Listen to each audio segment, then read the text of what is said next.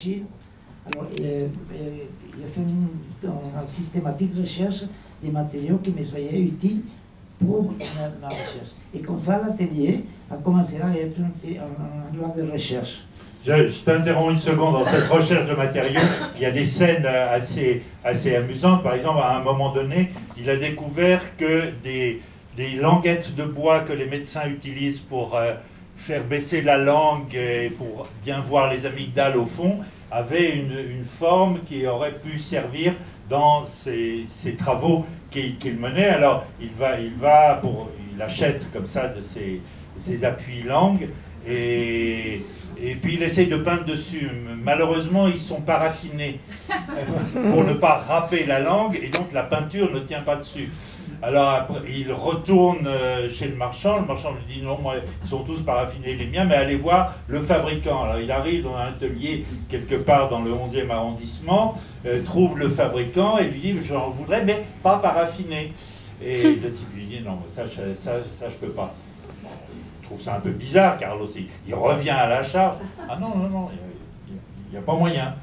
Et il revient encore une fois, et non, il n'y a pas moyen. Et finalement, il ne les a pas eus, parce que voilà, la lubie de ce fabricant était qu'il fabriquait des languettes pour appuyer sur la langue, mais qu'elles devaient être paraffinées.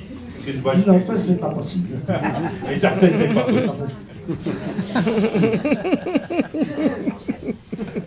Mais je t'ai interrompu, reviens à la vie de l'atelier. Non, l'atelier, comme tu dis, c'est aussi un endroit de rencontre. Parce que tous mes amis, je les invitais à m'assister, à m'aider à travailler. Et en plus, ça allait aider un peu économiquement pour tenir à Paris, pour faire sa recherche.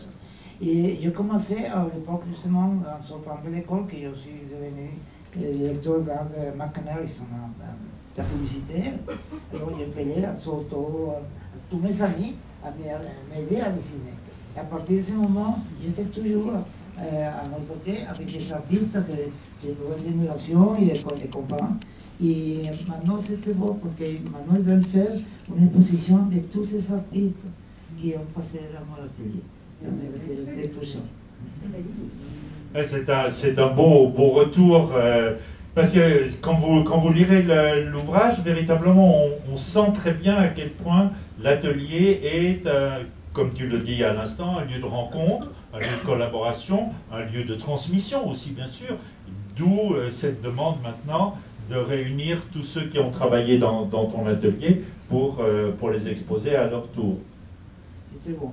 Non, maintenant, l'atelier s'est transformé parce que est plus grand, maintenant la demande l'exposition véritablement c'est plus large. Et avant que ma femme meure, on a laissé tout dans les mains de mes enfants, de Carlitos, Jorge et Adriana, et les petits-enfants. Et maintenant, je n'ai rien. Alors, ce que je fais aujourd'hui, c'est réfléchir, écrire et faire des projets. Et toute la dynamique de l'atelier, ce sont mes enfants, c'est l'enfant qui alors maintenant, mais vous savez, Carlos, c'est le chef à Paris, et la plupart des personnels de l'atelier sont des femmes. Parce que là-bas, il dit, c'est pas par curriculum, c'est par casting. Alors, on va peut-être vous donner la parole pour que vous nous parliez à la fois de votre lecture de la vie de votre père et surtout de la manière dont marche maintenant l'atelier. Disons que dans beaucoup de ces mémoires, je fais partie, parce que là, on était dans les années 55 quand on est venu. J'étais là, j'étais petit, mais j'étais là. Ma soeur n'était pas là parce qu'elle est née en 60, mais en 55, mon frère et moi, on était ensemble. C'est-à-dire que maintenant, l'atelier, c'est nous qui gérons, parce que, comme dit mon père, ça a pris des dimensions internationales et c'est assez difficile de gérer tout seul. Et nous, mon frère, ma soeur, maintenant la troisième génération, on s'y met aussi à travailler, chacun en ce qu'il sait faire. Et pour mon frère se trouve à Panama, nous avons un atelier à Panama, à Caracas, et aussi parce qu'à l'époque on avait fait l'atelier à Caracas. On a un atelier à Miami aussi, avec des amis. C'est important, c'est travailler, comme dit papa, avec des amis qui aiment ce que fait mon père. Et parce qu'il faut beaucoup de monde pour faire ce qu'on a fait à Liverpool, le bateau qui vient d'être fait là-bas. Eh bien, c'est la participation d'amis qui sont là-bas, qui ont travaillé aussi avec nous et qui savent faire les choses comme il faut correctement. À Miami, on a fait le stade de baseball. Tout, c'est des allées d'entrée au stade, c'est gigantesque. Ça a été aussi fait, géré par un ami qui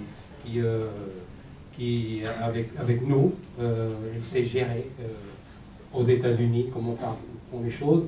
Alors, papa a parlé de la sélection du personnel, c'est-à-dire, bon, disons que c'est des femmes, parce que les femmes sont plus minutieuses. Il y a quelques hommes, il y en a un, deux, trois, quatre. C'est ma sœur qui bon, c'est bien qu'elle choisisse. Trop bien. Mais surtout... ah bah ma sœur, elle est là. Voilà. Et les filles, parce que c'est-à-dire que les filles sont plus minutieuses, parce que c'est un travail très minutieux, très précis. C'est des machines que papa a fabriquées, qu'on a perfectionnées, mais il faut une certaine minutie pour faire ce travail.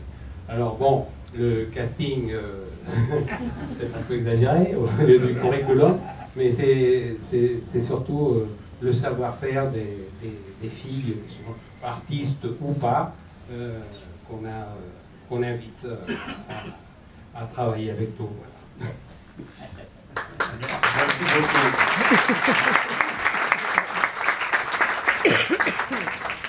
C'est une vraie internationale, amicale et familiale. C'est une configuration très, très spéciale. Peut-être que dans la salle, ou même sûrement dans la salle, il y a des questions qui s'adressent directement à Carlos Cruz Diez. Je ne vais pas monopoliser la parole ici. Non, il n'y a pas de questions. Profitez, vous avez un grand artiste devant vous. Tu sais, ce livre, je raconte les choses les plus aimables de la vie. Parce qu'il y a eu des difficultés, mais pourquoi les raconter? C'est la drôlerie. Parce que la vie, c'est drôle. La drôlerie est présente d'un bout à l'autre du livre, effectivement. Voilà. Mais cette drôlerie, on va peut-être terminer là-dessus s'il n'y a pas de questions, mais cette drôlerie, cette bonne humeur, ce climat de l'époque des années 60, il y a aussi dans le livre une certaine nostalgie, c'est-à-dire qu'on a le sentiment à lire Carlos Cruz Diez qu'il y a eu, et je crois qu'il a raison malheureusement, il y a eu dans ces années 60-70 un état d'esprit, une dynamique de la pensée, de la création qui faisait inventer, qui ouvrait l'art sur la vie. Bon, tu as parlé du Parti communiste, on n'a pas encore dit que quand même dans le climat, comme tu le rappelles dans ton livre, dans le climat de l'époque, la révolution cubaine a joué un rôle important pour ouvrir les portes, les fenêtres, les perspectives sociales, et que cette dimension d'ouverture sociale était présente profondément dans cette volonté de porter l'art, alors dans la rue, je l'ai rappelé tout à l'heure, mais aussi à travers des des méthodes de reproduction, les multiples, tout ça, c'était dans le climat de l'époque important. C'est social tout ça. Ouais. Les multiples, c'est social. Et comme tout là, c'est en langage, tu veux. C'est pas la peinture engagée à la façon mexicaine, non. C'est la façon de les faire pour les gens. Que ce ne soit pas une expression d'intimité, d'égoïste, non. C'est pour les autres. Pourtant, c'est un côté politique.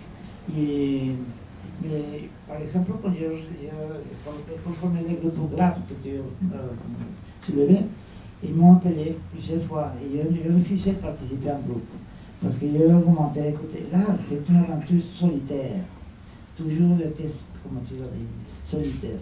Et je me dis, oui, mais ça va prendre beaucoup de temps pour l'écouter. Si on est en groupe, on est écouté. C'est le côté politique qu'il savait aussi.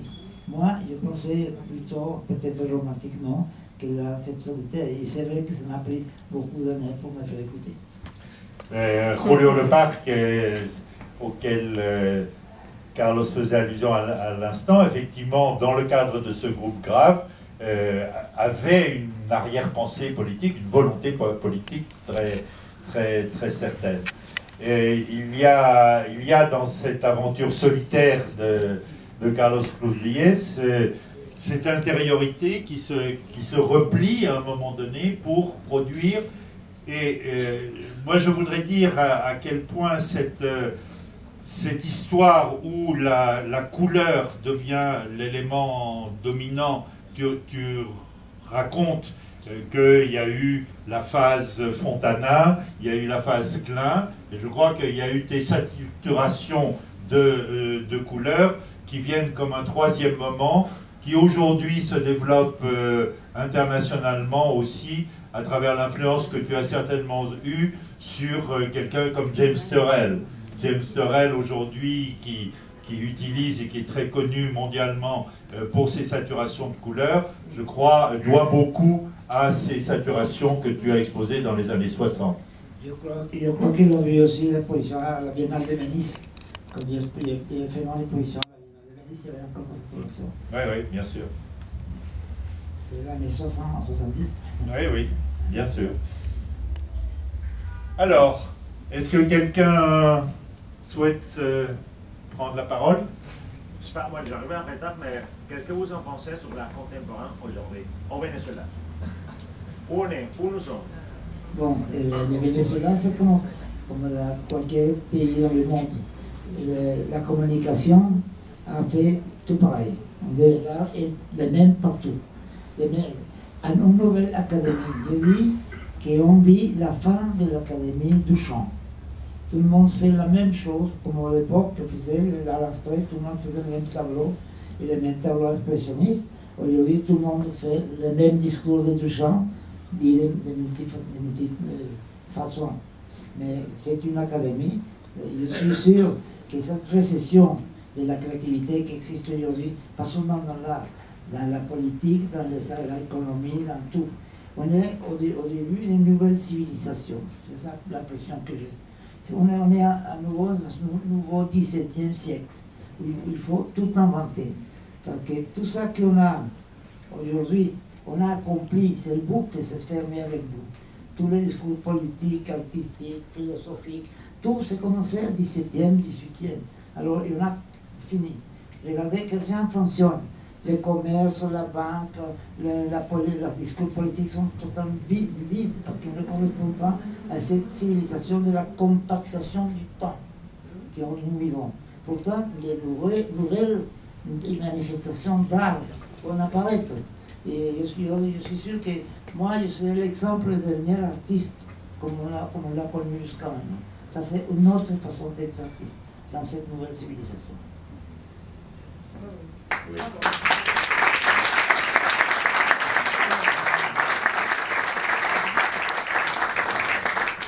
Je crois qu'il n'y a pas de plus belle conclusion que celle que Carlos vient de nous donner, car il parle de la fin d'un cycle et donc de l'ouverture et de l'espoir qui s'ouvre devant. Et donc on va rester, si vous le voulez bien, si personne d'autre ne veut intervenir, on va rester sur cette belle déclaration. Je vous donne... Oui.